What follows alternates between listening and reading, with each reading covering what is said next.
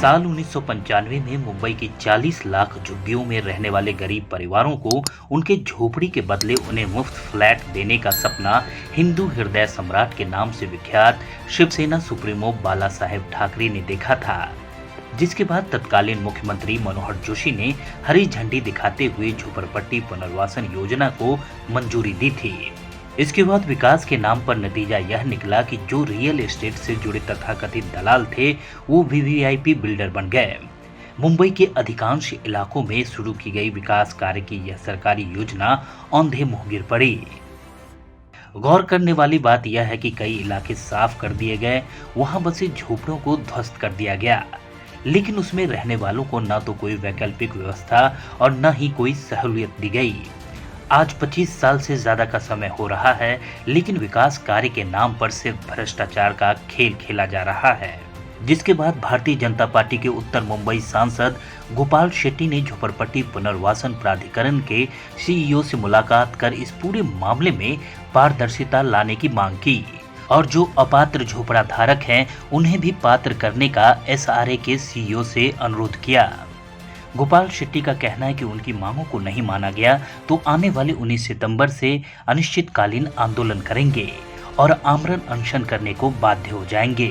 वैसे महाराष्ट्र सरकार की तरफ से झोपड़ा धारकों के लिए और बिल्डरों के लिए जो नए नियम बनाए गए हैं उसमें ज्यादातर ठिकानों पर सरकारी नियमों का उल्लंघन हो रहा है, जिसमें कुछ खास वर्ग के लोग मालामाल हो रहे हैं।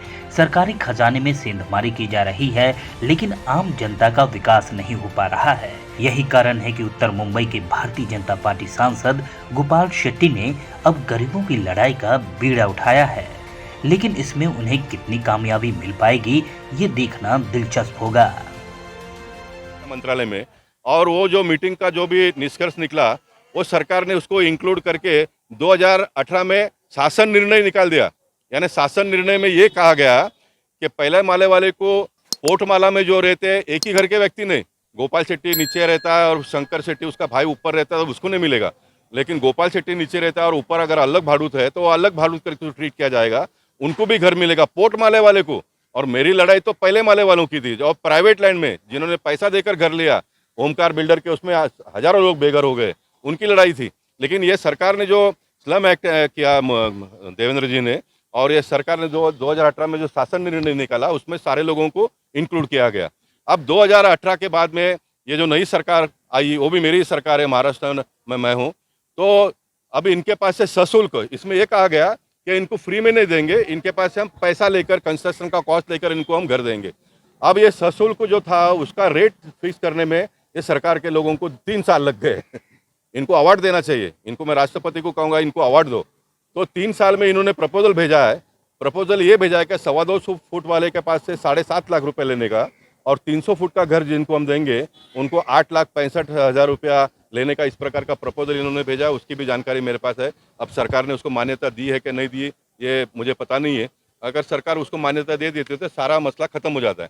अब आप कहेंगे कि ये आपने इतना एकदम इसको सीरियसली क्यों लिया, तो मैंने उसको सीरियसली इसलिए लिया, मुझे गणपति बाप्पा का ज्ञान प्राप्त हुआ। उन्होंने मुझे कहा कि मुंबई में लाखों लोग मेरा तुम लोग पूजा करते हो, 10-10 11-11 दिन पूजा करते हो और तुम पॉलिटिशियन लोग लोगों को न्याय नहीं देते हो, लोग बेघर हो रहे, अपात्र हो रहे, लोगों का घर चाह रहा है, तो मेरा तुम पूजा क्यों कर रहे हो। तो मुझे थोड़ी जागृति हुई कि इसको मैंने तुरंत हाथ पे लेना चाहिए। मेरे घर में भी गणपति बाप्पा आते हैं 1.5 दिन का, मैं पहले दिन पूजा करूंगा और दूसरे दिन पे मैं धरना आंदोलन शुरू करूंगा और जब तक ये खत्म नहीं होता तब तक मेरा धरना आंदोलन शुरू होगा। और अंतिम बात मैं बताता हूँ, मलाड में मालोनी में एक बिल्डिंग बहुत अच्छा, वो पाटिल नाम का बिल्डर है, उसने बहुत अच्छा बिल्डिंग बनाया, मैंने उसका तारीफ भी किया। वो बिल्डिंग 2 साल से बंद पड़ी थी क्योंकि पहले माले का क्लियर नहीं होता, इसलिए वो सबको पोजीशन दे नहीं पा रहा था। मैंने कहा कि भाई जो पात्र है उनको तो दे दो। फिर मैं यहाँ आकर सतीश लोखंडे जी को मिला, सतीश लोखंडे जी ने लॉटरी निकाल कर जो पात्र थे उनको दे दिया। अब ये बिल्डर ने जो अपात्र लोगों के घर 30 उसके पास एक्स्ट्रा घर है वो हैंड ओवर करके ऑक्यूपेशन लेना चाहिए था। ये बिल्डर ने ऑक्यूपेशन नहीं लिया। उसको पता है कि मैं हैंड ओवर देता तो ये प्रॉपर्टी एसआरए की हो जाएगी। अब ये बिल्डर ने नया चक्री ये चलाया, लोगों को बुलाया और कहा कि उसको मालूम है अभी ये होने वाला है, गोपाल शेट्टी जो मेहनत कर रहे हैं, तो लोगों को कहा कि आप 2-2 लाख रुपए दे दो, मैं आपका सबका पात्र करके लाता हूँ। अब लोगों ने कहा कि घर जा रहा है, भाड़ा इतना भर रहे, कुछ लोग एग्री हो गए, कुछ लोगों ने कहा कि बाद में देता हूँ। ये होने के बाद में बिल्डर ने दूसरा फार्मूला लगाया, उन्होंने कहा कि आप 15-15 लाख रुपया मैं देता हूँ, आप ले लो, और आप दूसरे कहीं भी घर ले लो, ये होगा नहीं, उनको डरा दिया, ये होगा नहीं, और 15-15 लाख रुपए आप ले लो। इतना तक वो रुका नहीं, उसने एक एग्रीमेंट दिया सबको, और ये एग्रीमेंट में वो ये लिख कर ले रहा है कि भविष्य में अगर ये पात्र हो गया तो ये घर बेचने का मुझे अधिकार पूरा है, इसलिए आप साइन करो। मतलब किस प्रकार का फ्रॉड हो रहा है। क्यों इस मुंबई शहर में नगर सेवक, आमदार, मेरा जैसे खासदार, AIS ऑफिसर, आप लोगों को न्याय देने के लिए बैठे हो क्या बिल्डर को और बड़ा बनाने के लिए बैठे हो? मैं डिमांड करूंगा कि ऐसे घर बिल्डर जिन जिन लोगों ने बेचा है घर, उनके ऊपर कार्रवाई करे। ये भी मेरी दूसरी मांग रहेगी। लेकिन ये काम में मैं 5 साल से लड़ा हूँ। मैं देवेंद्र फडणवीस जी को धन्यवाद देता हूँ, मुंबई भारतीय जनता पार्टी के अध्यक्ष मंगल प्रभात लोढ़ा जी को धन्यवाद देता हूँ, जिन्होंने मुझे इस काम को आगे बढ़ाने के लिए कहा। बड़े पैमाने पे लोगों को फायदा होगा, इसमें लाखों लोगों को मुंबई शहर में फायदा होगा। और मेरी इस बात को मीडिया ने हर बार लोगों तक पहुंचाया, इसलिए मैं मीडिया के लोगों को भी बहुत बहुत धन्यवाद देता हूँ। Bureau report, sprouts news.